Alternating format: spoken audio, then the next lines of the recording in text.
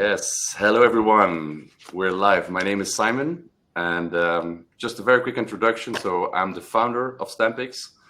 I'm first of all super excited to be hosting this webinar with 100 registrations.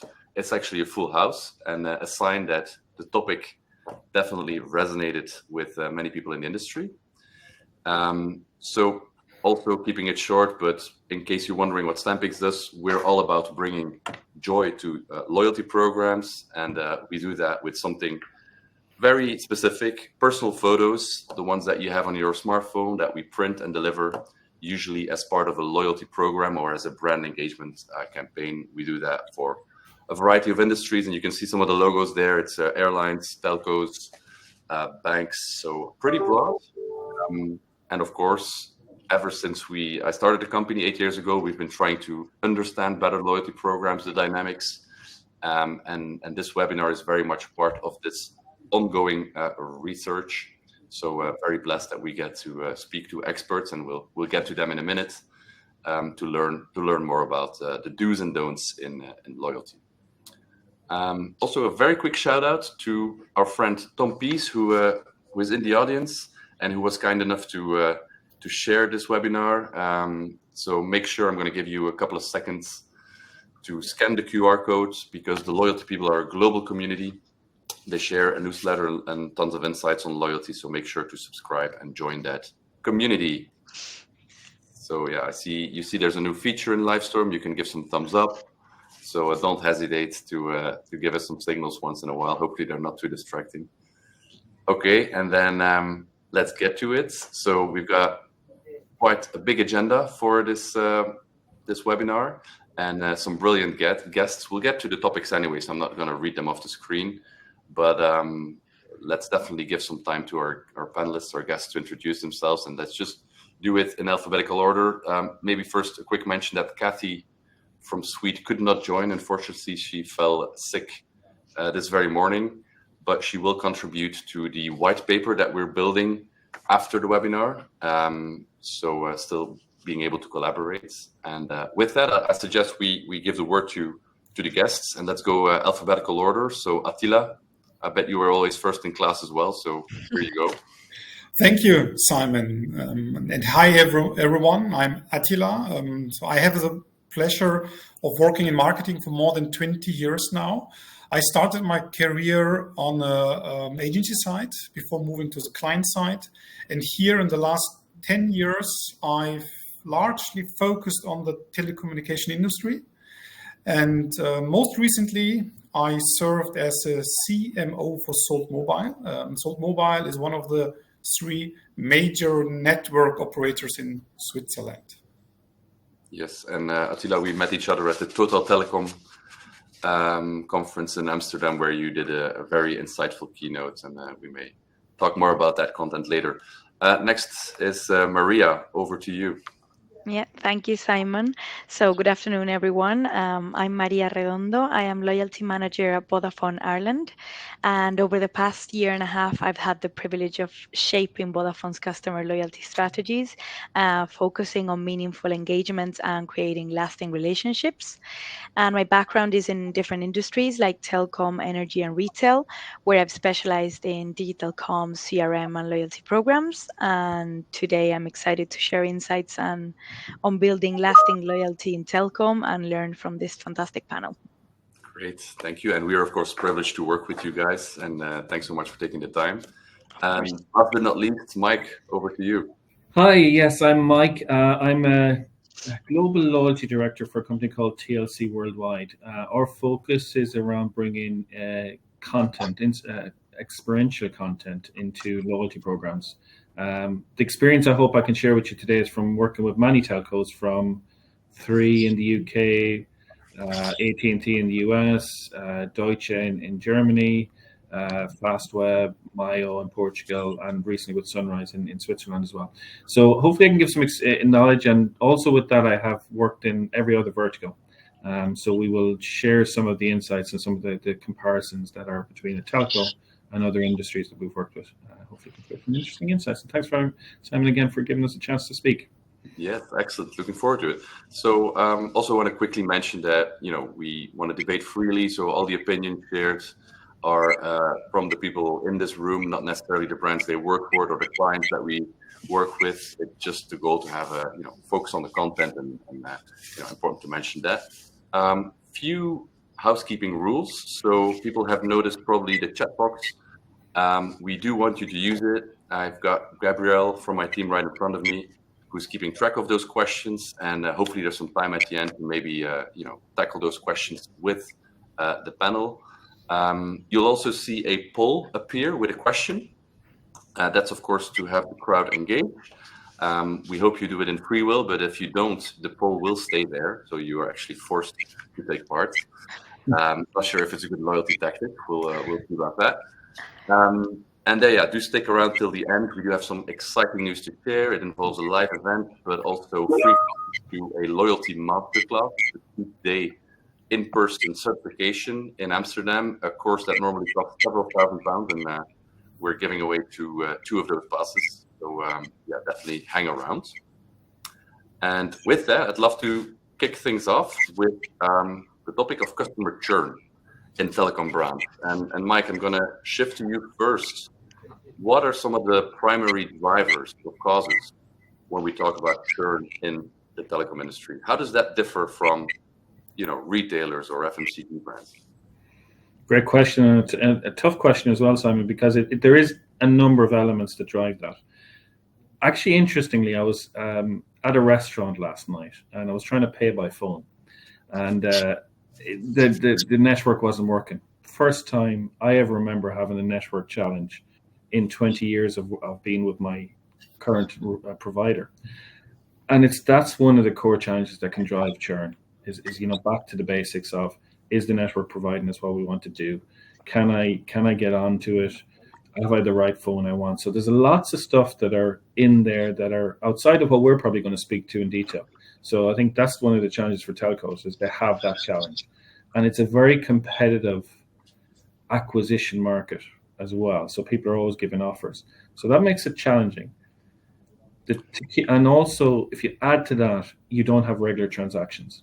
So I'm probably passive loyal to my telco.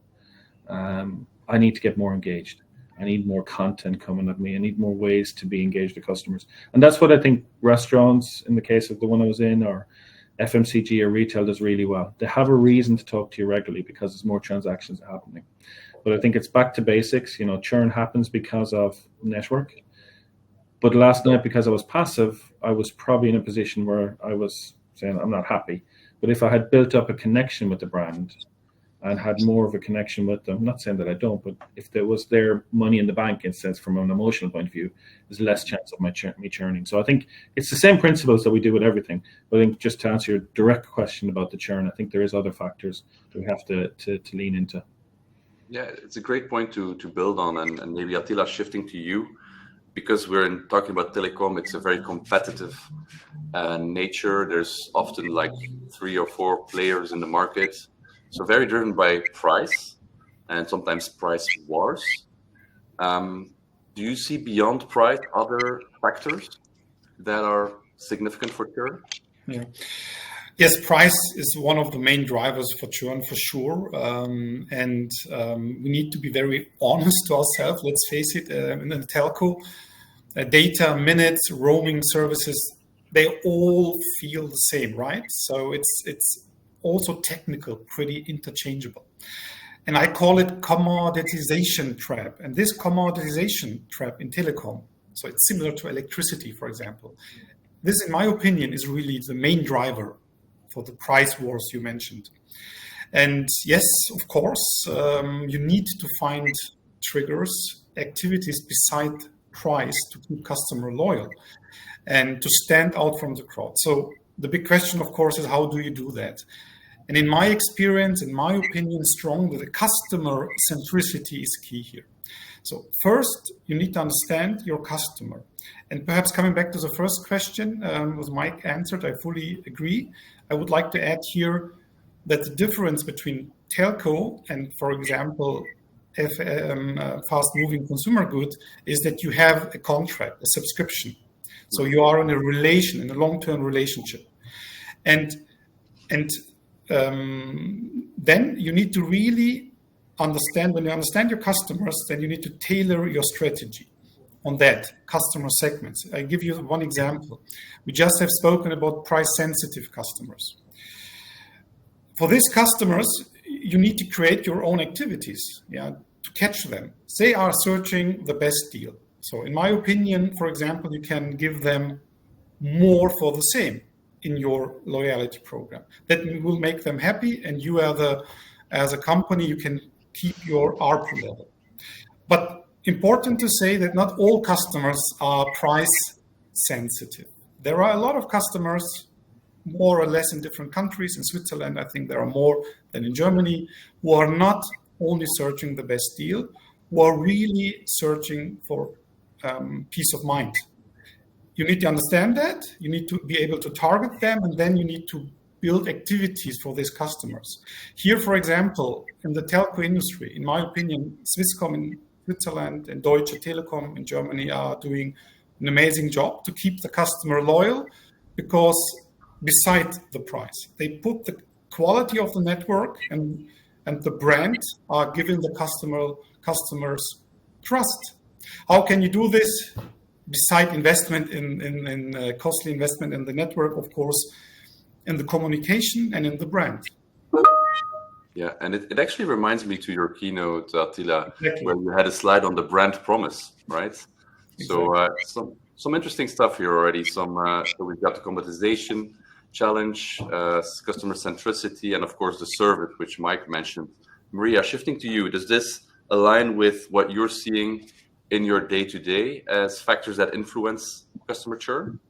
Yeah, obviously we know that price sensitivity is very, very important when it comes to telco and to switching, and it often sparks the initial interest in changing to another competitor. But obviously service interruptions or poor customer care accelerate the decision to switch. So that being said, brand connection plays like a deeper role as well. And I'm very fortunate, obviously, to work for Vodafone, that is a brand with a successful history in Ireland and is serving as a trusted telecom provider for a decade. And obviously, that being said, we know that the factors influencing churn can vary significantly depending on the customer's demographic profile. As Attila was mentioning, different customers being more price sensitive. We could see an example like a younger customer may prioritize cutting edge technology and cost effectiveness, while elder customers might value reliability and personalized service. So basically, what we try to do is think of aggressive marketing campaigns with attractive pricing or bundles. And this is, of course, including loyalty, because, like as I mentioned, younger people may try to focus on price, but if difference isn't significant, but being a Vodafone customer means you go to the cinema 4 times a month for free, maybe that can make a difference, and it can make you stay in Vodafone. Also, device upgrades. We know customers may switch providers when seeking new devices, especially with the high prices of smartphones today. So obviously that kind of things are always interesting to be there as an acquisition offer. And yeah, just implementing a loyalty program that allows you to remain competitive by focusing on value beyond just pricing. Like in a market where the race to the bottom of price can erode margins and diminish brand value, a well-designed loyalty program can foster customer retention and enhance brand loyalty. Yeah, it seems like these tactics of offering phones for acquisition with a contract and the cinema for loyalty seem to be something that works well in different markets. That's interesting. I want to circle back to Attila quickly, because we talked about the brand promise, customer centricity. What's the link here with the loyalty program in your opinion? Going beyond retaining customers to actually create that emotional connection. How do you see that? It's a good question. Personalization. Perhaps I would like to mention that before we speak about personalization is the ability to do this in your company. And here data comes into. Data is so important to have the right data on the right hand, so you can really use the data for personalization, for personalized offers. And personalized offers, in my opinion, is one very, very strong topic, because the people feel valued. They really think when they see, oh, that's something really for me, they feel understand it. And one example, Simon, we have changed in one of my previous projects. We have done some communication. It was really offers, personalized offers, and we have only changed the information that this is a personalized offer only for you, Simon or Attila, which we haven't done before. And this helped, only this small change in the communication helped to increase the acceptance rate of this communication, of this campaign. So you see that the people are really liking this. And when you are integrating this kind of personalization in your loyalty program, I'm sure it will strengthen your connection to your customers. Yeah, and I promise not to speak too much about AI and the buzzword, but of course this is where this technology component becomes very important in facilitating that personalization, whether it's on a segment, on a cohort level, or on an individual level. Maybe quickly, Mike, do you have any thoughts in this area that you want to share? I think it's really strong message Attila's provided there on the personalization, and because we're all talking now about hyper personalization, so everyone is talking about personalization and that. So it is so expected, but I also think it's also important. I'm not saying this wasn't mentioned, but a brand has a story to tell. So they have a position they want to achieve. They have a message they're sending out there. And if we can link all that together, then we really make it special. Because as a customer, I understand you're personalized to me. You give me something that's relevant to me. And if it's linked to what the brand is, it makes even more sense and amplifies the brand. So you get that sense of, if the brand was about sustainability, if a brand is about national coverage, we're the best coverage, then give rewards that are available every place, not just the rewards that you can find in a certain area or location. So I think you're right about that. It's about personalized, relevant reward, things that can make your everyday better. It's a challenging time for people. So I think it's a really interesting topic and debate. And when it's done right, it's fantastic. That's when loyalty works. When you get a personalized and on brand and a great value exchange to your customers. And the example you gave, Mike, was actually a negative experience with your provider in the restaurant. So I want to also get this question to Maria's side. The loyalty program, I know it's more from sharing happiness and freebies and giveaways. What about these people who have questions on the billing, who can't dial and they're dissatisfied, they're maybe even frustrated? Does your loyalty program is also tasked to counterbalance these negative experiences? Yeah, we try our best, and we know designing loyalty programs to counterbalance negative experiences is challenging, and especially as some issues take time to resolve. So sending something like a free coffee, while well-intentioned, sometimes won't necessarily address the core frustration of a delayed resolution. So for this reason, at Vodafone, we prefer focusing on reinforcing positive all the loyalty campaigns that we have and add tangible value to the customer experience. So this approach helps us customers stay patient while we work to resolve their issues. And obviously, our strategy includes offering long-term benefits that remind customers of the value they received, and such as our as I mentioned, always on cinema rewards, big gamification, giveaways, having something always there for them so that they feel like a bigger value. And yeah, in fact, we're planning on a dedicated campaign in the next fiscal year for this specific focus. And this initiative will explore the best compensation surprises, trialing various options to determine what resonates most with our customers. And we hope to share positive feedback when this happens and learnings soon. Cool. Before I shift, because we're going to dive more into the do's and don'ts for rewards, but there's a question that I see in the audience from Samuel. So I'm not sure who wants to take it, but what KPIs are being used in telcos for measuring loyalty? So, because it's quite generic, quite a good question, I think. Loyal versus non-loyal. I'm asking this in the context of optimizing cost of loyalty program. The more you discount for a non-loyal customer, they can become loyal, but for how long do you need to provide the personalization, etc.? Who feels? Perhaps I can jump in. Go ahead, Attila. Of course, we started the discussion with churn. Of course, churn, I think, is one of the major KPIs. And in concrete, for the campaigns you do, things like acceptance rate, And when you get also the feedback from the customers, for example, we are doing regular NPS surveys on a daily basis. I think this is also a strong KPI that you see if the customers are more happy with you. Yeah. So it's perhaps the other ones. Sorry. Yes, I was gonna say something very similar, that we've achieved like a 3-point increase in our NPS score, and reflecting like a stronger, obviously, customer satisfaction, and also a 10% less churn amongst those who engage with the loyalty program. So yeah, that's kind of like the way we kind of measure. Yeah. Just on that, I think it really is. NPS is critical. I think for most telcos use it as well. So, but the one thing that's tricky about NPS, and Marie, I sympathize with your challenge of being a loyalty manager in this industry, because it is a tough industry, is I think we tend to find that about 90 days after someone's happy, if you don't do something else for them, they've forgotten they were happy. They've forgotten about Christmas when I got a nice gift. It's now, later in the year. So I think that to really keep that NPS up as well, you have to keep that frequency.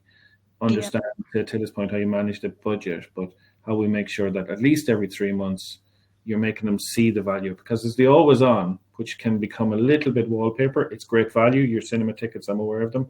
It's fantastic value, but it's an expectation. So I think, but you have to keep NPS up. You have to really work hard on it. But churn, NPS, I think if you get those right, because you can't get people to spend more really. But I think engagement in a non-transactional way is starting to come in a lot more. So getting people to do quizzes, we call it incentivized learning. Sometimes the quiz is you learn something about the brand, you're sponsoring a sports team. Again, you're getting that emotion connection because you're learning more about a player, or a place you sponsor, a venue, things like that, and it makes you feel more connected. So I think connection, engagement, open rates of emails are all good as well, but NPS is the key in churn. Yeah, cool. And my main takeaway is that happiness lasts about a quarter, so that's good to know. Yeah, that's about all you get of people if you're lucky. Cool. So next topic is going to be all about rewards. So we're going to kick things off with 2 quick polls. So first poll is about a concept called recognition, which we know drives this emotional connection. It's about having that personalized approach when you're frustrated or just when you're about to sign on an offer. But it's also about, being there on key moments. And so the poll you're about to see is about those moments. So there's a couple of moments here that I'd like you guys to have a look at. The customer's birthday, obviously important in their individual life. Welcome, if you're installing that app, if you're joining the program. Then there's end of year, Christmas period, moment of celebrating. You've been with the brand, so tenure is the next one, anniversary. And then if there's others that we're missing, feel free to share in the chat. But which one do you think is overlooked? So obviously the answer is be there for all. Or could not be. Let's debate. But they're all important, I would argue. But which one is often overlooked? Let's see. And give the audience a moment to answer. But cool. Let's also do an immediate second one and look at what type of rewards that are popular. So let's see, Gabrielle, we've got different types of rewards coming up. Yeah, he needs a minute. So, but yeah, maybe whoever feels ready, Attila, Mike, or Maria. There we go. So here you see a number of rewards that we see in the industry. Obviously, there's a lot more. And again, shout out to give best practices in the chat. But you can give more mobile data, which can come in handy. Cinema tickets, as mentioned a few times, very popular. You can give 25% off on a theme park or on some sort of live experience, which we're all seeking in a fully digitized world. And then you can do something a bit more transactional, is like, for example, a £15 or euros or dollars gift voucher to a partner. What would you say works best? I think I already know Maria's answer, but. Well, I didn't choose cinema. I choose the voucher. It is very expensive, but that's the one I would love the most. If I'm honest. That's really honest, Marie, as well, because I think that's the challenge. That's cash. Why wouldn't I take cash? Challenge is it's not sustainable, of course, because you can only give it to the few and not the masses. Exactly. You might be able to do something with cinema. And it's funny, isn't it? Cinema, every place. There's been, I've seen it in so many telcos, but it makes perfect sense. If you connect with people in family, food, and fun kind of thing, it always works well. But I think that the biggest challenge is how to get that, pyramid of rewards, that you have some stuff that you can give everybody, and then you can stuff that's exclusive in the middle. You can do some maybe surprising delights that is a little bit more investment of your cash, like the Maria wants. She wants her gift voucher. Yeah, nice. Also want to circle back to Attila quickly, because I'm curious to hear his opinion on, or his advice for telecom specifically. Would you prefer like day-to-day smaller interactions, like be constantly top of mind, or rather these periodic bursts of engagement? What's your experience? Like Mike said, I think there are some periodic which are expected, of course, end of the contract, and the customer are expecting that you're really contacting them. And I would say perhaps step back and say it's not only about the frequency and when you will do it. I think the crucial point is to look to the customer journey from a lifetime engagement perspective. So to understand the customer, like I said in the beginning, and then to see the whole lifetime engagement. And that is a heartbeat, in my opinion, for a successful loyalty program, because you need to understand when in this lifetime engagement you can come in with your touch point, with our activity. And of course, like you mentioned, I would say both is relevant. Of course, you need to do the consistent small interactions, but also on the periodic approach you just mentioned. Both are relevant. And I think this small interactions and consistent and surprising interactions are even more relevant for the building the engagement and loyalty. Because like Mike said, the customers are expecting that you contact them on the end of the contract or on their birthday, for example. So you're not really getting much impact on that. And for me, it's always like a partnership with your partner, like a marriage. So of course your wife or your husband are expecting that you come with a present on her or his birthday. But if you want to get more engagement and loyalty, you need to do more, of course, right? One example from my personal, which is really similar to a relationship, I would say, in the telecom industry. My wife, she likes flowers. And this was something I needed to understand. It was not clear in the beginning. She liked flowers a lot. And this is what I say in understanding the customer centricity. And then you can act. And then I needed to learn that on all occasions, I need to come with flowers. And when I come with flowers as a surprise, it's even better. And that is really bondaging our relationship. And this is, for me, the same in the relationship with your customers in telecom industry. You need really to do something on a continuous, consistent way. Yeah, cool, great example. Maria, there's a couple of questions for you specifically, and they're in line with what I was going to ask you. So there's a question from Alejandro and Wojciech. Sorry for the wrong pronunciation potentially, but what are the keys to success for you, and what works well at Vodafone? And the other question is, a bit more specific, what are the levers of your loyalty program? Maybe you can give us a bit more context. Okay, so for us, I think obviously, as Attila mentioned, it's not just about the key milestones that we already know, like the birthdays can be or like whenever you've been here with us for like a year, 5 years, 10 years. It's also about joining as well. So welcoming new customers with personalized messages or offers, something we've recently invested on with our new platform, Happy, in the new version of the app that unfortunately right now only available for a group of customers. You get like a personalized homepage, and you can choose between one of the welcome gifts. And funny enough, Simon, you guys from Stampix are one of the welcome gifts, and you get to choose that within a week. I think that's one of our biggest investments right now, and I think it's a really good offer to our customers and significant, especially when we have an active base. So whenever customers are not active, that's when we need to get them there. So getting them there with that kind of welcome gift, I think it's key. And also following trends. So we try to partner with brands like, for example, lately Dyson for Black Friday and Christmas, that ensures being relevant to all ages and all kind of demographics. The brand legacy as well. We partner with trusted iconic brands like Nike, building on their history, or brands like you guys that are more like emotional resonance, to try to collaborate and build like memories and printing their Christmas memories with you guys. So I guess like the partnering with brands that represent like innovation, trust, and emotional significance is something that's really, really important for our customers. And that's what we perceive in terms of redemptions as well.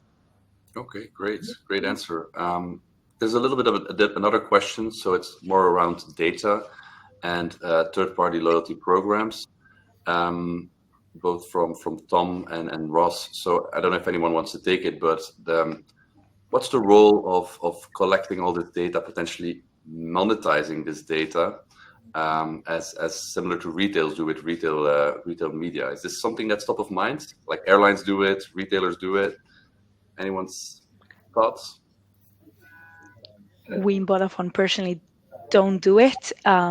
We capture data just to like make our marketing strategies better at the moment. So I couldn't give more information on that kind of sense. I think it's an interesting question, and I can see why it comes up. But I think you should. Sometimes people try and make a loyalty program a profit center, in the sense that I can, get money from the data I collect from the customers. I think the mindset needs to be about how to create a program that's relevant to the customers, as Attila and Maria said. Maybe getting them to tell you what they're interested, their passions, so we can deliver the right rewards to them. I love the idea of picking your product as one of the welcome gifts, Simon, because again, you're giving people choice, and I think it's important we start bringing that element into it.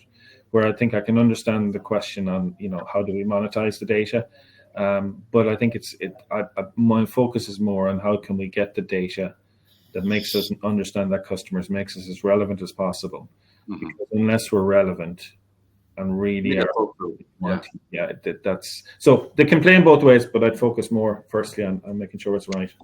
Because you already have that existing contract, you already have that base that you want to retain, and that's the real goal of the loyalty program. I think monetizing it can be a little bit counter-effective, whereas retailers, of course, they need to sell all the time new stuff again, and there, of course, it may make more sense for them to look other sources of revenue.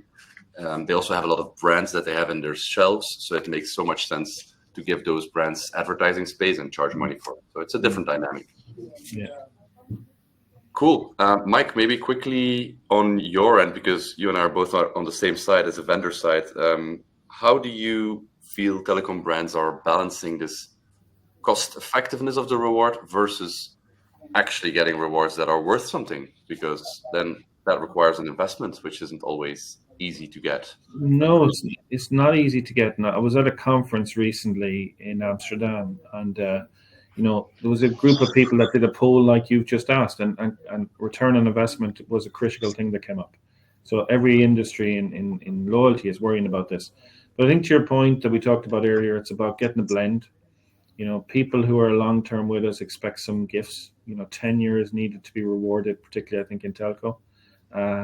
But having a blend of experiential rewards are not as expensive, surprisingly, to implement as they are a gift card. So I think the experiential rewards, having some surprise and delights, again, competitions with the reward content you want to give away, and maybe having an always on as well, like cinema tickets is a good example of that. But I think it's a case of, when you look at it, put a lens over your reward content and think of the head, the heart, and the wallet. I was just looking at the poll, and the head is I want a gift voucher, and the wallet is I want free mobile data. Think about the heart stuff as well, and create some more emotional engagement moments, create rewards that have experience led, and I think you can do them a lot more valuable. And also, you don't have to reward. Attila made this really great point. There is switchers there, so let's not invest a huge amount of money in the rewards budget in them. Let's find out the people who are advocates, people who we want to retain, who are at risk of churning, but not just purely on price, and build that connection with them and invest our reward budget in the right place. That's a critical thing today, is how to invest in the right place. Yes, great. Thanks for that, Mike. And next up, I want to, talk about a concept that we at Stampix have been promoting lately, which is called joyalty. Obviously, a blend of joy with loyalty. It's all about creating those joyful, memorable experiences, but also going the extra mile, like beyond that transactional loyalty. So, a quick poll first to check with the audience if they've ever heard of this concept or not. So let's see how we're doing on promoting joyalty.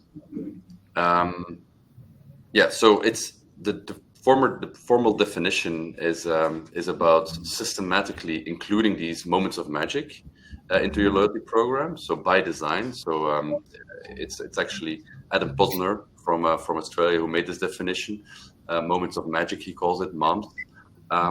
Mike, any examples come to mind with the brands that you work with? Can be inside, but maybe also outside telco. Yeah, I think it's I read Adam's piece on this as well, and it's really fascinating because it makes sense because that element of surprise, that element of I wasn't experiencing that. When Attila's wife gets the flowers, and if she wasn't expecting it, it wasn't her anniversary, that's just an amazing moment. We do it an awful lot. We've a lot of brands that we work with. We did something for YouTube. We run the YouTube loyalty program, and we give some things to creators to just build that affiliation with the brand. Can't go into much more detail of that, but it's amazing the reaction you get. The NPS grows, the feeling of connection, the feeling of I'm thinking about you. And the beauty about it doesn't have to be big investment because, it's the thought that counts in some cases, but it has to be on brand, has a relative need in that person's life. But I think it's really, it makes a lot more sense than going down the route of points and that type of level. Have a bit of fun in your life, make that connection with the customer. Yeah. What about you guys, Attila and Maria? Maybe Attila, you can go first. The element of surprising customers. Did you work on that in your previous roles? Yes, of course, but surprising is a very challenging topic because I need to be very careful. Not everybody likes surprises, and the surprise could go in the wrong direction. I think if you are doing it right, it's a very strong topic, right? To surprise positively your customers. I will give you some example I have a few days ago experienced, and it was not in the telco. In a similar industry, web hosting industry, I have a project and I have done some research. So I have signed up for several web hosting contracts. And I have received the welcome mail, all great, and all the information, and all was good. And then I received, from one of them, I received a call 3 days after I signed in. It was a very brief call. They only said, Attila, great to have you here. Do you have any question or anything I can do for you? And I said, yes, actually I have. I need an FTP access. And they said to me on the phone, okay, great, it's not available in your package, but we can do an upsell. What I have done at the end. Great, I was really happy because they called me, showed me recognition, and then I also solved the problem. I have sent an email to the other one, asked for FTP. 1 day later, I received an answer. It's not included in your package. That's it. And for me, this both are really great to compare because it gave me really recognition from one guy, from one company, and it helped me a lot. And frankly, I would churn the one, I would go to the other one because of this small call. And the great thing, we have spoken about monetization, finding new monetization sources like data, etc. If you do it right, your loyalty and your touch points, you can also generate money from your customer base. Because in that moment, the customer called me, the hotline called me, they increased the ARPU with me. Yeah. They did an upsell, and it was on your intent. So that's very powerful.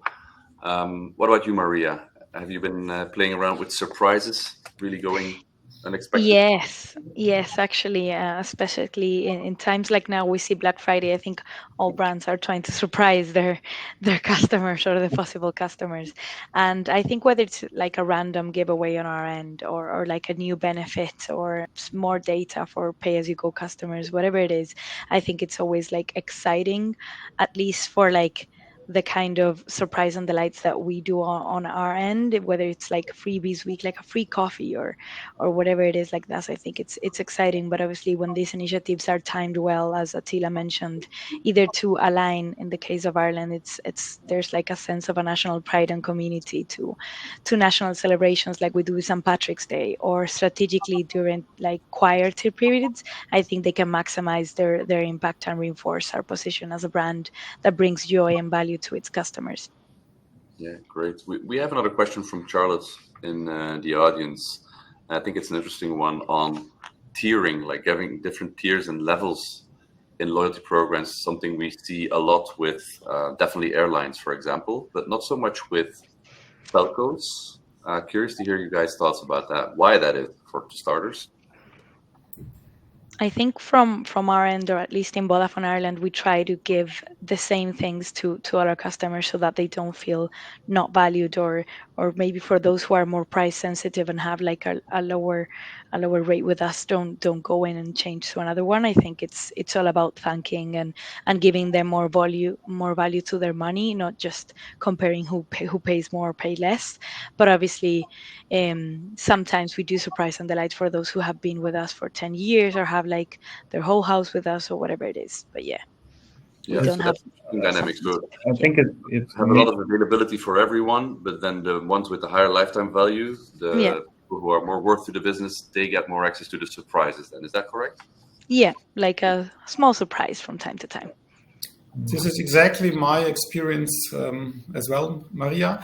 So we have done this tier kind of loyalty programs. It did not work. It's very complex to implement, very complex, also taking a lot of resources. And then I have seen not really in the KPIs a benefit in churn or in NPS. And so for that reason, in my experience, it's better to do it like Maria mentioned. It's much easier, and the benefit of keeping the customer loyal is even higher. I would agree with everyone. I think you can do your tiering in the background if you want to, so you can create your tiers that nobody sees, only you, so you can decide how you talk to those customers. The only thing that did come back, and I think you've touched on the point, Maria, and Attila has as well, is there is an element of people out there that want to be respected for tenure. So I think there's something around that I'm 5 years with you now. Do I get the same as everybody? So I think there is that element of that piece that needs to be done. But I think an overall tiered program like an airline, because I'm longer, I don't think is needed. So know who they are, so you treat them differently. Use the data to tier internally behind the scenes, but recognize tenure in something. I think is an important part. Great. A bit more of a tricky question. Can it also backfire? Like you give somebody a surprise, but it's wrongly timed. There's definitely some edge cases. So looking at Attila and Maria, maybe some experience come to mind. Sure.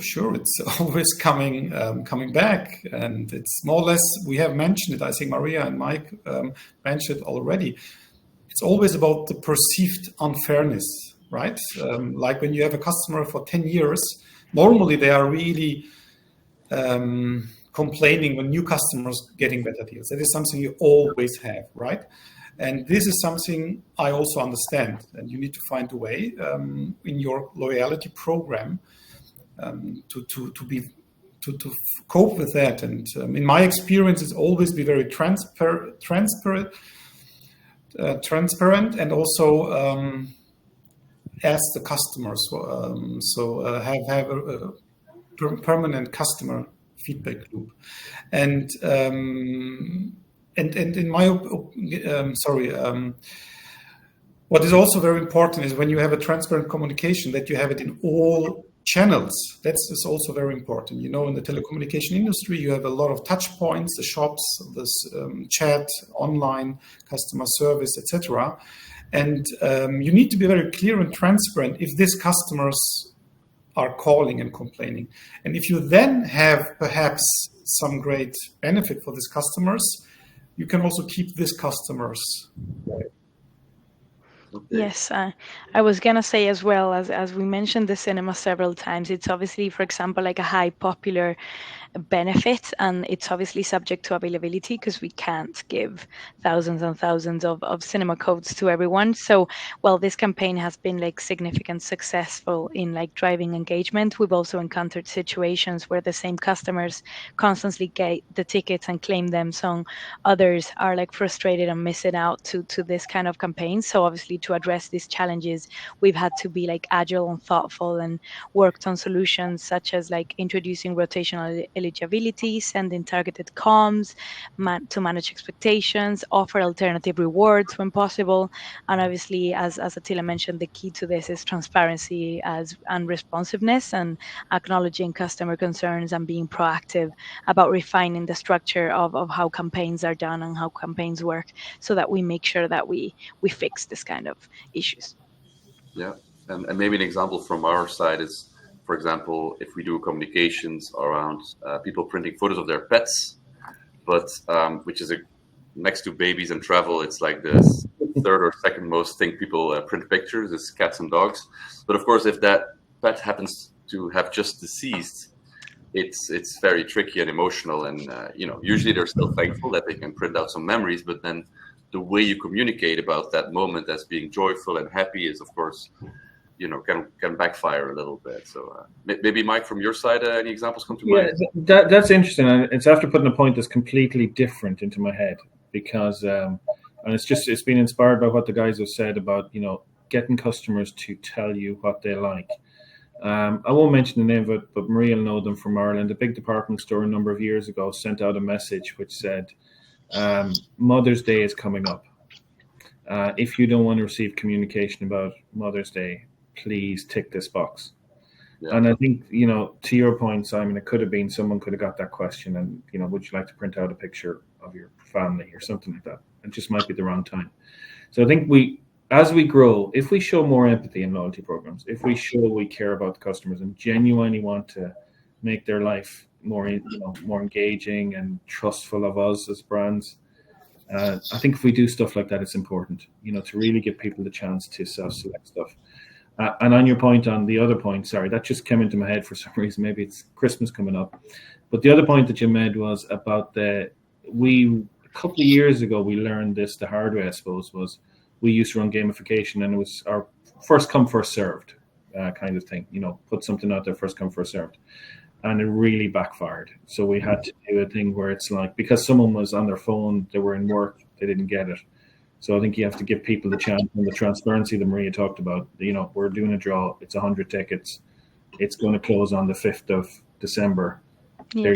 So sometimes you have to do those things to make sure people understand. So transparency, empathy, if we get those into loyalty, I think it's going to make a big difference in how customers react to it.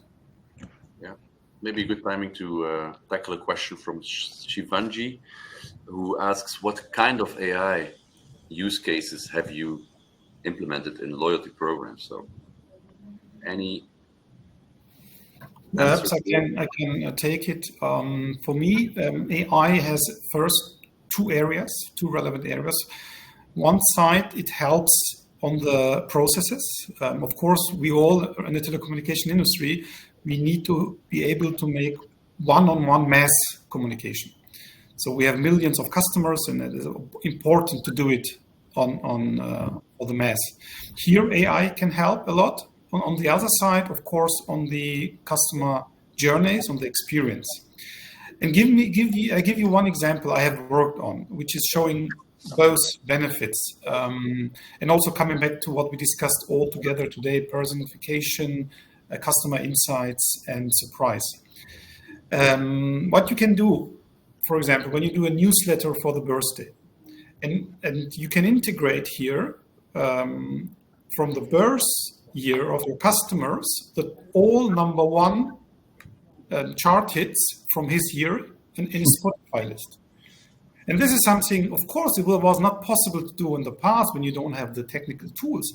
But with Gen AI and the process and the customer journey, it's something you can really do on mass. And think about the customers who are receiving a newsletter, and then he can also have a playlist from Spotify with all number one hits from his birth year. that is one example, one use case where, in my opinion, shows that Gen AI will be used a lot in marketing and customer loyalty. Cool. And as we're approaching already in the last 10 minutes, so I want to move forward. I definitely want to continue talking about the future AI in telecom loyalty. So we're going to launch a little poll again to see which trends are most important for loyalty. And here you can see it. So there's a couple of options. Gamification. A lot of reports show that it's on the rise and becoming more and more important in loyalty apps. Hyper-personalization, I think we discussed this already. Gen AI. Coalition loyalty is where, two loyalty programs merge and make earning and burning possible and interchangeable. CSR, corporate social responsibility, sustainability, and then data monetization. I think we discussed this as well. Cast your votes, and we're curious to see the results.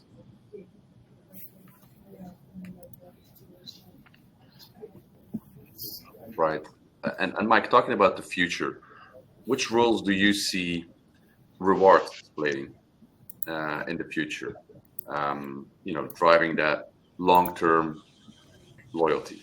Yeah, I think it's critical because if you think about we start this conversation, and Attila was very honest from his experience of talking about this as commoditization in an industry.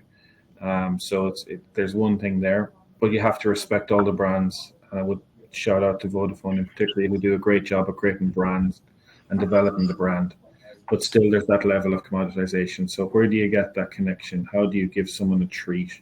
How do you give them a reward for doing things? I think the challenge is, and we do a lot of research on this, is when is the right time to do that? And we've talked about this already because they're non-transactional moments. So how do we get more non-transactional moments linked to the brand where we can get people to get rewarded? But if we don't reward them in the right way, I mean, there was a research, I saw something, I haven't read it in detail yet, but Forrester said that loyalty is dropping, but use of loyalty programs for discounts is increasing. That's not a great message, because what that basically says, people going in and getting discounts because they know they can get a discount off something there. That's not building loyalty. So we have to get the rewards that are right. Experiential, I think, is critical for that. The coffees, the cinema tickets, whatever else, days out, whatever else they may be. So it's important that we get that in there because they create moments that last, that go past cash and make you feel the brand is on message to you. So that's where I see rewards being critical. And don't be a shop window for brands who just want to find another route to market to sell their product. I think there's a level of discounts are fine if they're linked to what your customers want. I think it's important to get reward experiences. For me, is the key thing. Yeah, and moving away from that deal loyalty to that real loyalty is essential. Because isn't loyalty the outcome? You can't get someone to be loyal to a telco brand or a coffee brand. You can get a level of it, of course you can, but the outcome is they feel better about the brand. They're engaged with the brand. It makes sense to be a member of that when something happens, I don't want to change. I give them another chance. So I think it's that experiences can't be just about the service you provide. It has to be the rewards you provide as well. Yeah, fully agree, Mike. And there is always somebody who has a better deal. Yeah. So that is nothing you can count on. And sometimes it's actually tricky, I think, or dangerous to offer market available discounts and mask them as part of a loyalty benefit, because people are, it's so transparent. It's so easy to find nowadays. You just one Google or a voice message to AI away to check if this is available elsewhere, and then you're harming your brand more than you're helping. Yeah. And a good challenge for anybody. Our creative director does this a lot with us, which is a really good challenge. He says, if I put another brand logo on that loyalty program we just created for a brand, would it work for them? And if it does seamlessly work for them, then we're not doing something right, because it shouldn't be. It needs to be yours, and that's an important message. Yes, Attila, I want to, because one of the options there was CSR and environmental impact. Is that something that you see high on the agenda, or was it high on the agenda at Salt? Oh, a good question. So for me personal, it's important, yes, but from my role as a marketer, it was not so high on the agenda for me, because I never have seen in a telco, it could be different in other industries, that is really coming from the customer, from the consumer. They are really looking for it when they make decisions for products. But anyway, yes, it's very high on the agenda also for all my companies, but it's more in a larger framework of ESG. And here, frankly, it's more coming really from the shareholder and from the market, at least my experience in telco. Yeah, we see a lot of differences, and I think things like merchandise or sending merch to your customers is under pressure, rightfully so, because often you receive something that you don't really need, and it's got the logo on it, so it can be perceived negatively. But we as Stampix are also being challenged because we also produce something, of course, the photos, and we print and ship those. But we put a lot of effort in making sure that we do it locally, that we do it sustainably. And one of the big benefits is that, of course, only those people who want the prints receive them. That's a big differentiator with shipping out merchandise to your clients or your customers. Maria, any final thoughts from you on that area?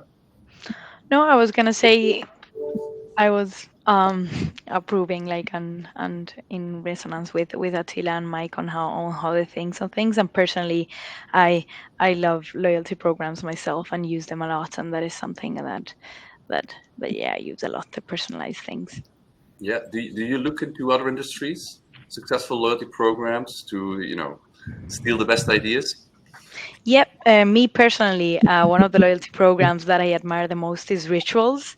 Every time I make a purchase, like having something for free or a discount, I think it's a great option.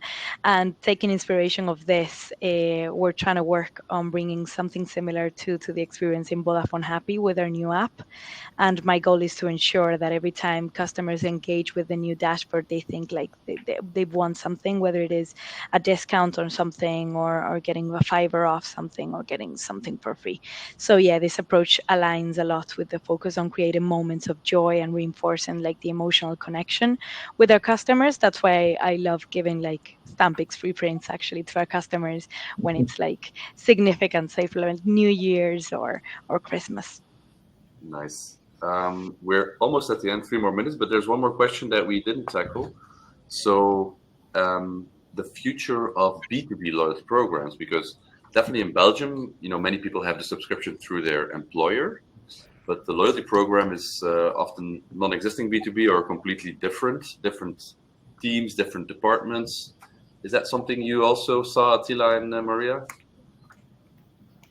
That it's a separate... Yeah, we have a separate team. Yeah, it's different for employees than for customers. Although I have to say, employees use the customers one from time to time. I think they enjoy that better. We give away more free stuff. Yeah. My experience for our B2B part, B2B customers, it's always about the personal connection. So we need to have a strong account management team. Mm-hmm. And then all the loyalty efforts are really customer-based marketing. Great. One final comment from me on that one, Simon, just is we do a lot of B2B programs for different brands, but one of the things we always talk about is the Gemini effect. So sometimes you build a B2B program based on business rewards, but you should have it that people have 2 hats. They live a business life and a personal life. So I think on the reward content, make sure there's a mix of that. Because to Maria's point, they go and look for the rewards they want. But the B2B programs sometimes are very much focused on business rewards. And it's about making sure, if it's internal staff, it's a different one. But I think in B2B in general, think about their 2 lives to live and equally reward both, not just be focused on one. Great. Thanks a lot. Look, we're almost closing the hour, so I'm quickly going to share what I promised you in the beginning, that we're doing a fantastic giveaway. So there we go. Slide should be popping up. So mark your agenda, 1st of April, if you're in the neighborhood of Belgium, Ghent, beautiful city. We're happy to invite all of you to a full day event that we're hosting. It's called the Loyalty Day. Some fantastic brands are already participating, confirming. The ticket price is still at early bird rate for the full day. You can see it there. And by purchasing that ticket, you are also automatically enrolled in a prize draw for this fantastic masterclass, which will be hosted in Amsterdam. So it's full day, two full days. It involves a certification, and Philip Schelper, who you see here, is the author of the book Loyalty Programs as well. So he's going to be the one hosting this course. So giving you a couple of minutes to scan QR, and then let me round off with another QR, a lot of QRs. So we're going to releasing this white paper in I think we're aiming for Christmas, right, Gabriel? So any insights from people in the audience, just connect with us, drop us emails, what you thought about it, additional thoughts. We'll use this recording. We're going to, publish it through our newsletter. So you can also subscribe to the Loyalty newsletter through this QR. And with that, I'd love to give everybody in the audience, and especially the guests, a big thank you for participating. It's been time flew by, I thought. An hour just went by like this. Thank you very much. Thank you all a lot. Enjoy your day. Bye-bye. Enjoy your day. Bye. Bye. Thanks.